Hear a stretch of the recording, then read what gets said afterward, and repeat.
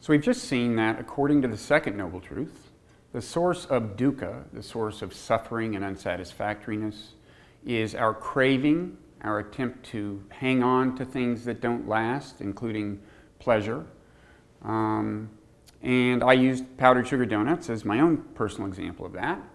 The Buddha, as we saw, said that our failure to kind of grasp this dynamic was just another example of our failing to see the world clearly.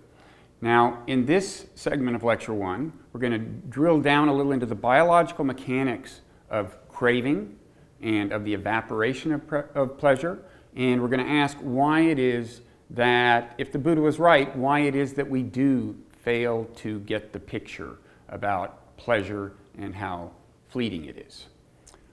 Now, in Buddhist writing, when the Buddha talks about our failure to see things clearly, he often uses a word that is typically translated as delusion.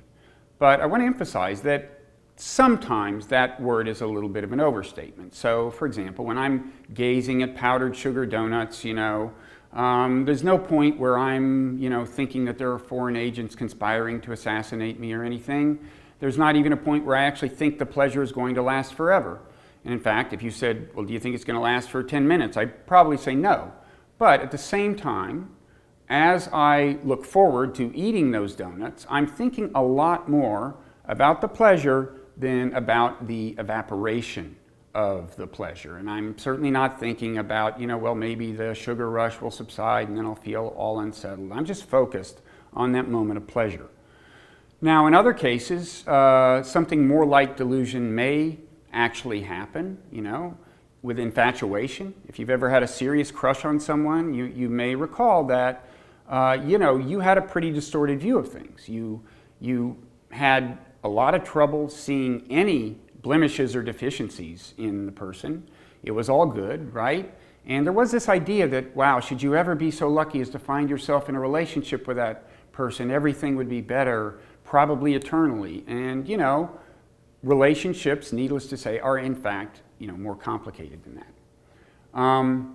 And so too with say a job you really want. If you really want that thing, you're looking forward to it, thinking about all the great things it's going to bring. You're not thinking about the hassles that all jobs bring.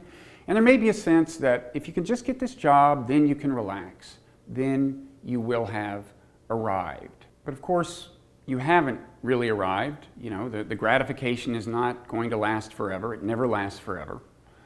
Now, if you want to look at parts of the brain that are relevant to the failure of gratification to last forever, one obvious candidate would be the neurotransmitter dopamine. If you read much in the popular science press, you've probably read about dopamine as the pleasure chemical, the reward chemical. The true story is actually a lot more complicated than that. The effects dopamine has depend on the part of the brain you're in, which neurons are involved, which receptors are involved, and so on. There's also the question of, does dopamine actually cause pleasure, or is it just correlated with pleasure? For our purposes, the mere correlation is pretty much enough, the fact that dopamine seems to be correlated with pleasure.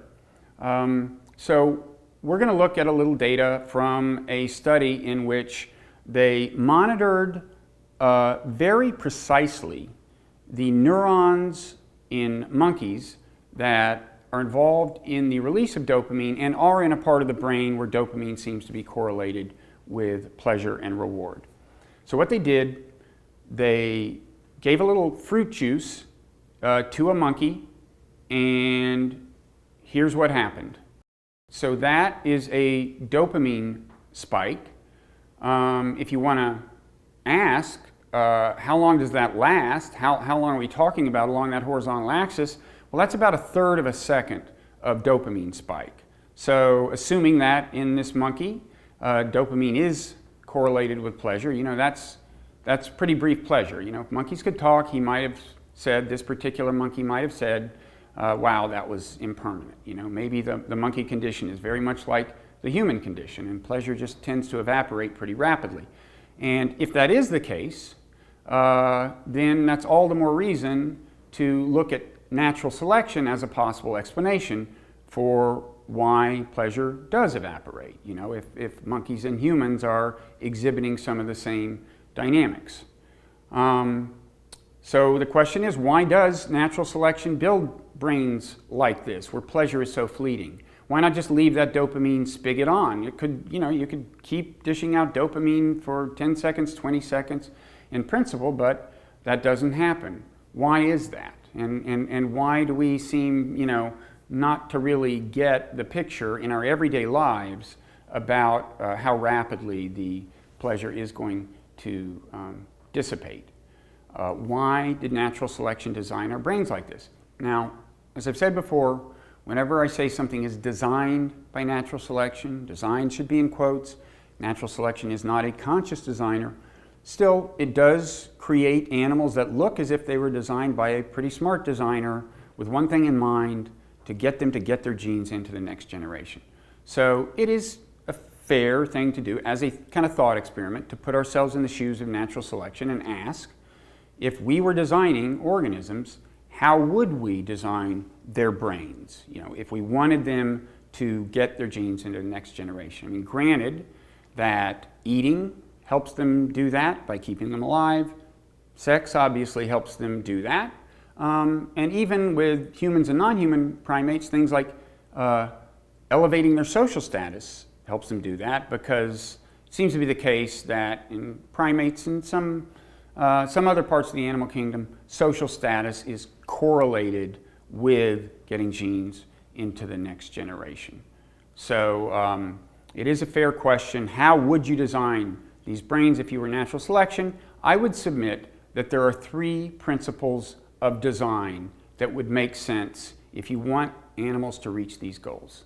Okay, first of all, when the animals do reach the goals, they have food, they have sex, they should get some pleasure. Pleasure is what reinforces behavior, makes animals more likely to do whatever led them to the goal in the first place. Principle number 2, the pleasure should not last forever. Obviously, if you ate one meal and just blissed out, you know, and never felt the unpleasant sensation of hunger again, you would never eat again. You would die, okay? And if you had sex and then just kind of basked in the afterglow for a really long time, thinking about how wonderful it had been, you know, and meanwhile, in your species, some other animal had sex, said, well, that was great, but you know, I'm starting to feel restless. I think I'll go get some food or do something to elevate my social status, or maybe go find some more sex. Well, that animal is going to get more genes into the next generation than you will. So these genes for restlessness and for, you know, not being satisfied for very long that animal has are going to do better than your genes.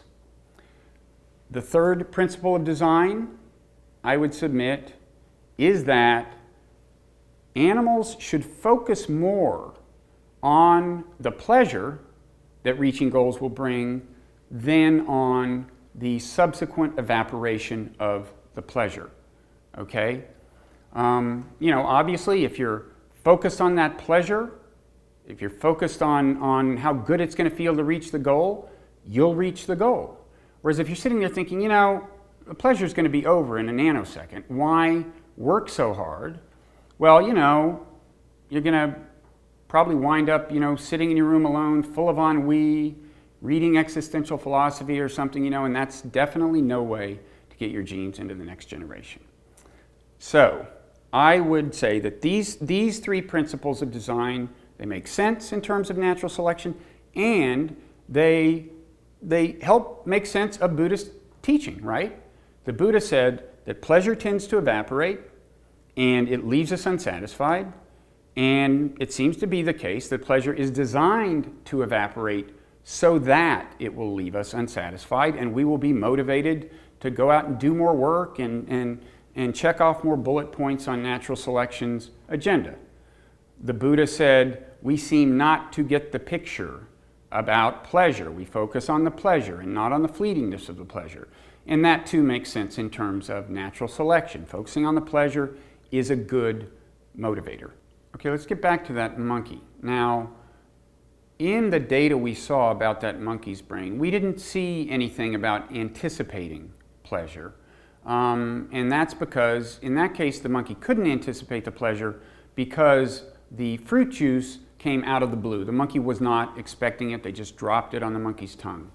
However, later in the experiment, they did make anticipation possible. What they did was, when they turned on a light, it meant that if the monkey would reach over and touch a lever, then there would be fruit juice. And they trained the monkey to, behave in accordance with that principle. And here is what you see in that case. So here, the light goes on. We're in the zone of anticipation, and now you see a dopamine spike here. And, that seems to be, you can't get inside the monkey's brain, but it's a reasonable conjecture that what's happening is the monkey is anticipating the pleasure, focusing on the pleasure that is to come in somewhat the way that we humans seem to, right? It's, anticipation is not just pleasure. There's also an anticipation, a kind of eagerness, a kind of excitement, but there is also a kind of imagining of the actual pleasure that you're going to experience when you get the reward. You actually have some of that feeling, and that may be one thing that's being captured here in this dopamine spike. Now, interestingly, when the food actually shows up, what you see is this. They give the monkey the fruit juice, and there's no elevation of dopamine activity now. Now, I should emphasize this is kind of an extreme case. They don't find, in all the experiments done of this sort, they don't always find that there's a complete suppression of the dopamine spike upon reward. And the other thing is that it took a lot of training to get the monkey to this point. So the behavior became really automatic. I might kind of liken it to, in my case, again, to return to one of my vices, dark chocolate. Every afternoon I have some dark chocolate. The time comes when I decide that I deserve it, and I'm thinking about it. I can taste it. It's feeling good. I go downstairs. I get some. I may, in a sense, not experience the pleasure at all. The whole routine has become so automatic that I may just be thinking about something else. My mind may be wandering, okay? So, again, this is the complete suppression of the dopamine spike is, an extreme case, but what is, quite common, what we can say is a pretty common dynamic is that, again, originally what you have is you get the reward, you get the spike in dopamine activity, and then when the animal starts to be able to anticipate the reward, light goes on, get a pretty big dopamine spike, you get the reward, and then you get a much smaller spike than what you got before. And again, if I would conjecturally relate this to my own experience, I might guess that this is like, I'm in a convenience store, I see that pack of powdered sugar donuts, I'm thinking about eating it, it's all good, I go and I grab it, take it to the counter, I buy it, and then I eat it, and yeah, it's okay. But, each successive bite is less okay. It's fine, but the anticipation was maybe where most of the pleasure happened, okay? Because at this point, I've done the work. The motivational system has gotten me to do the necessary work to obtain the food, to reach the goal. So you don't need a lot of additional motivation at this point, and we don't see a whole lot of additional reinforcement here. Now, I want to emphasize again that, this is pretty speculative, not just because we cannot get inside a monkey's brain, we don't know what's going on there, but because, this science is still being worked out, there are differing interpretations of this kind of data, and, the story will continue to evolve. But it is consistent with the kinds of motivational dynamics that we would expect from a brain built by natural selection.